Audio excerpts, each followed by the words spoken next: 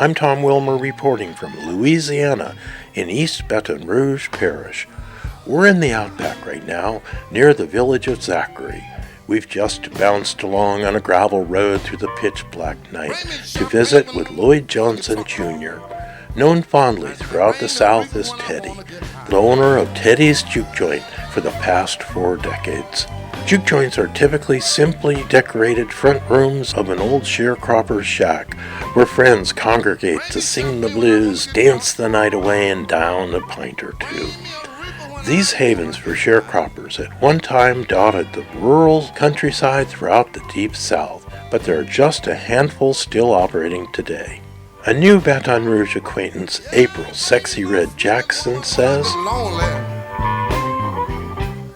to understand what a juke joint is, to walk in a facility or a place that's raggedy, the lights, mostly Christmas lights, usually they're either white or red, hanging all types of ways, stuff all over the place.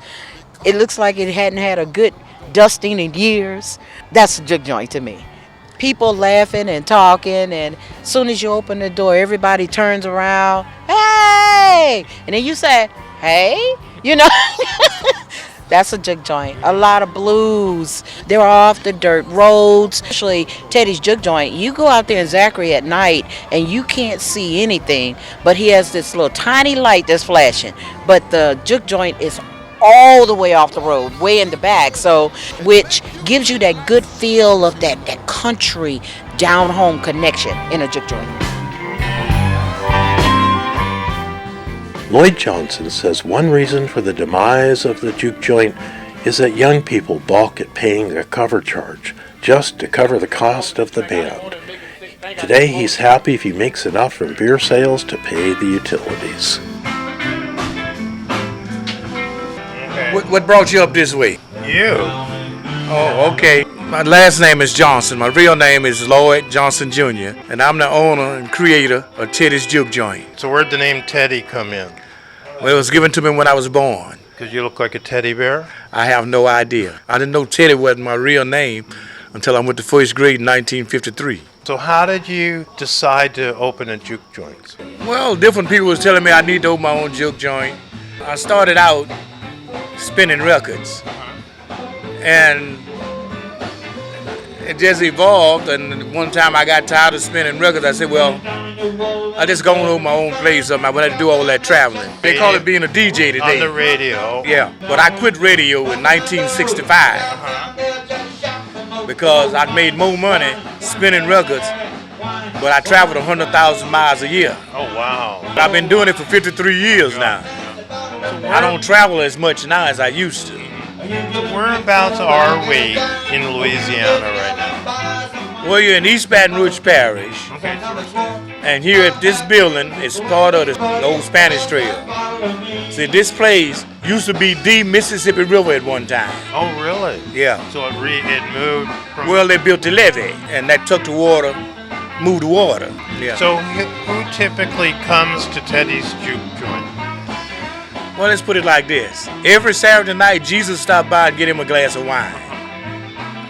But people come to my place from 50 countries. Really?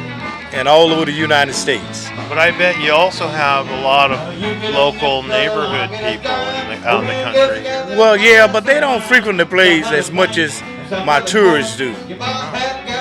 So you become a legend. Well, that's what everybody tell me. It's like week before last had some people from Sweden, Mexico last week, Denmark earlier this year, and Canadians for the last 15, 20 years they're in here every month.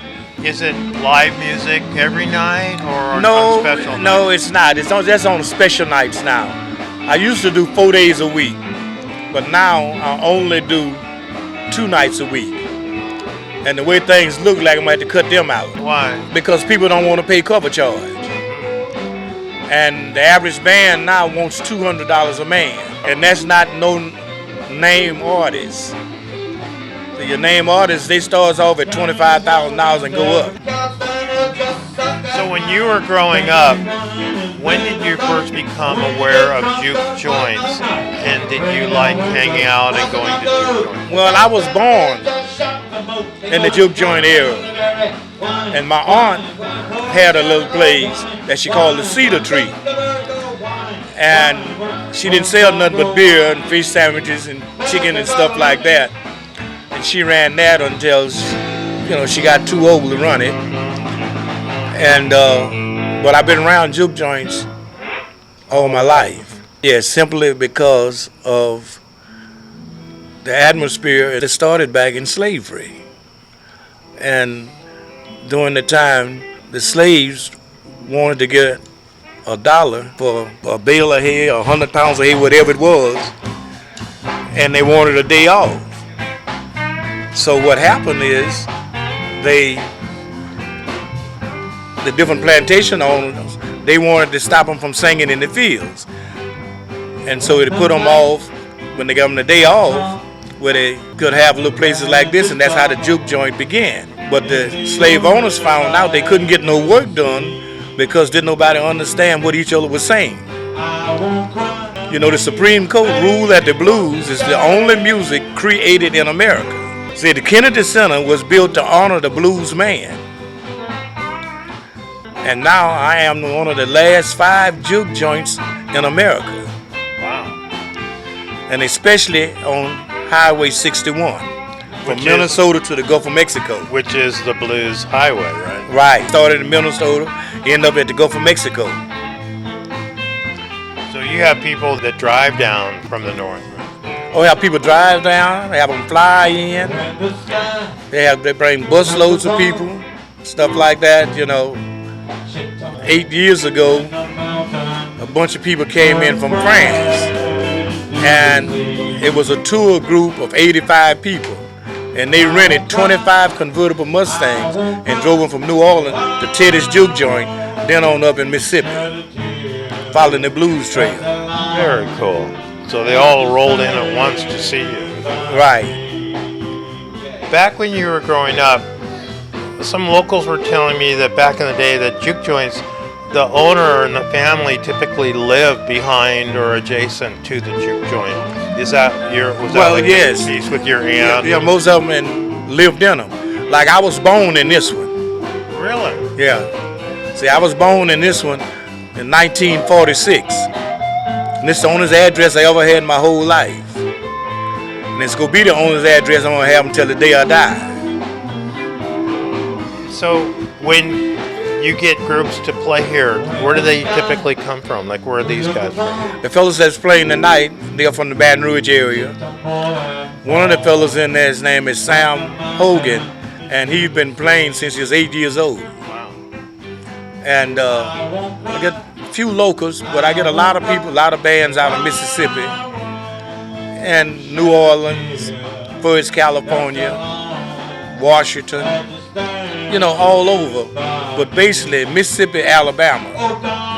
Do they have like a circuit? Do they play different juke joints? Or? Well, they used to have the Chitlin circuit that you don't have anymore, and it was started in Louisiana. B.B. King played the Chitlin circuit, and things like that.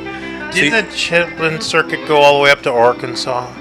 Well, the Chitlin circuit, it started in Louisiana and it went on up through Arkansas, Mississippi, all the way up to Chicago. Because I was in a small nowhere town in Arkansas, and there was a sign where there was a juke joint where B.B. King used to play. One that burned down. B.B. King ate crumbs off my grandmother's table. Wow. I've been knowing B.B. King ever since I've been big enough to know anybody. Tell me about that, what you remember about him. Well, I remember he would come by, my grandmother, whatever she had left over, she would feed him. And he would sleep on the front porch or out in her barn or whatever, or in his car, and went on where he had to go. So 2017, for B.B. King's Day, my topic was the Chitlin circuit, and they made Highway 82 the B.B. King's Highway. That's in Indianola, Mississippi. I've known B.B. King, like I said, my whole life, just about as long as I knew, big enough to remember people. Did he ever play at your family's juke joint? No, he would play a little bit on my grandmother's front porch and things like that. And a lot of times, see, they did a lot of yard parties, or you might call it, we used to call them suppers back in the day. And they would just play because the people would let them stay all night because they had to have somewhere to stay because they couldn't stay in hotels and motels. You see a lot of stuff about me on YouTube. I'm in Living Blues magazine. I'm in Jefferson magazine. Jefferson magazine is the oldest blues magazine in the world, and it's out of Sweden. And British Airways, you find a picture of me on that. I'm the first juke joint in America to be in Southern Living magazine. Things that are most precious and close to your heart. Yeah. Well, you know, one of the most interesting thing about me making a juke joint out of this place is that my grandmother told me a long time ago when she was still living, and she stepped off a piece of land for my mom to build her house. And so my mom did. She said, son, when you get a wife or get to be a man, I'm gonna step off you a piece of property too. And I said, okay, Grandma. But you know, I wasn't understanding what she was saying. And she also told me, she said, as long as you live, or as long as any of my grandchildren or my children live, great-grandchildren, they will always have a place to stay. So here I'm here still at Teddy's Juke Joint, 41 years. Born in the building in 1946, and still in the same spot that I was born in. I walk by the spot every day, 3 or 4 times a day, where my baby bed used to be where I was born. To know that you was born in a home and you're going to have a home long as you want one. Do you have any kids or any descendants, grandkids? Yes, I have 6 boys. 1 is dead. And I don't wish this place on neither one of them. Because it's not what people think it is. It's a juke joint, but as far as a man or a woman making a living, it's just not there. So do you think the era of juke joints is over? Well, I don't think it's a dying. Well, it is a dying industry in America. But other countries is keeping it alive. And it all goes back to our ancestors, which were slaves.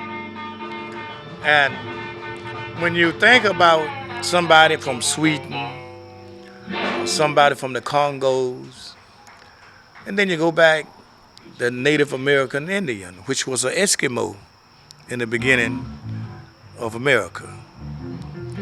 And you got your Mexicans, which they call them, here's those Spanish now. But the Spanish people was here before it was America.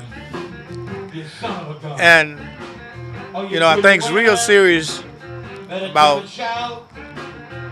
our president wants to put up a wall when all over the world, America been helping people to tear down walls. And I don't see why they even entertain that fact or even talk about it, because it don't make no sense to me. Since our new president we got, he haven't did the Blues Man Award show that's at the Kennedy Center. Don't nobody know who they gonna do it, and ain't nobody ask nobody. So you wonder why all the people from other countries, 50 countries I know for a fact, comes to America just to research the blues.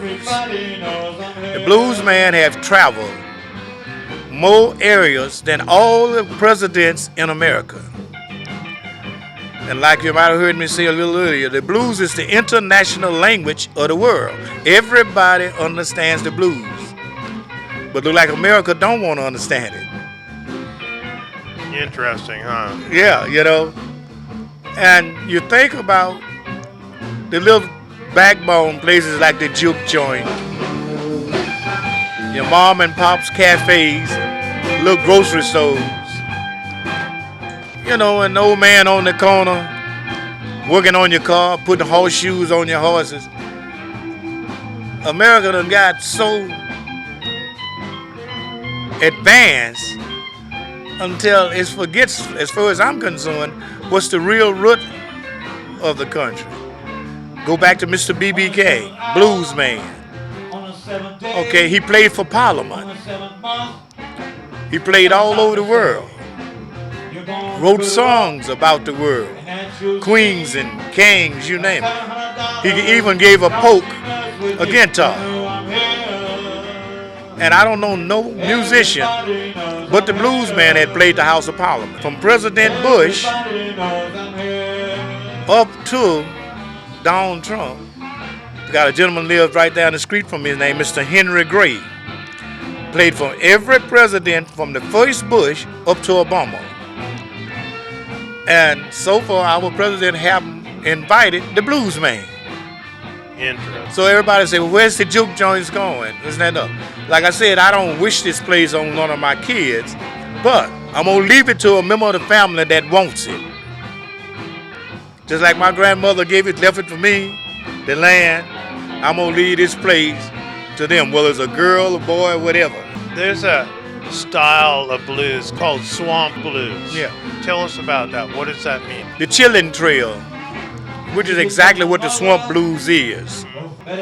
Your younger blues musicians, like Kenny Neal, Chris Thomas Kane, they say it's a swamp blues.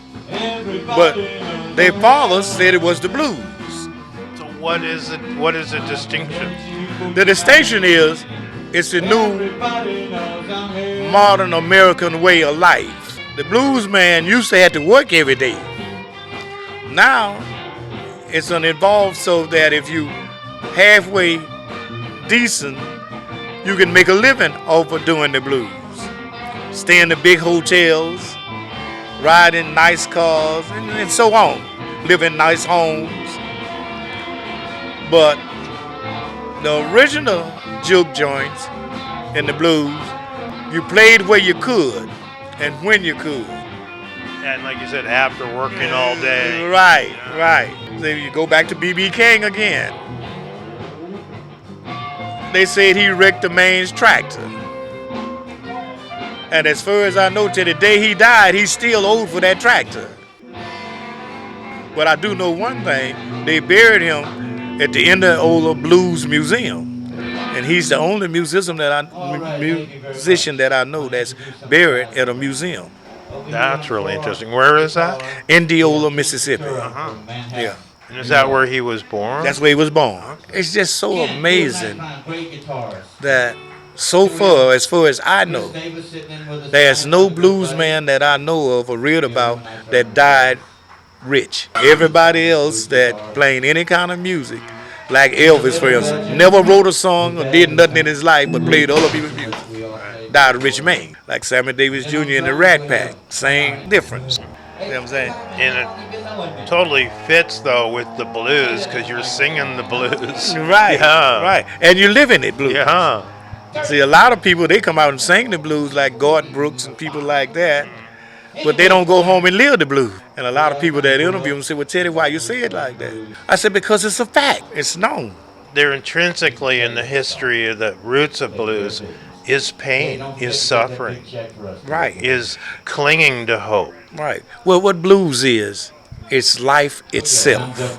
From the day you're born to the day you die. That's the life of a blues man.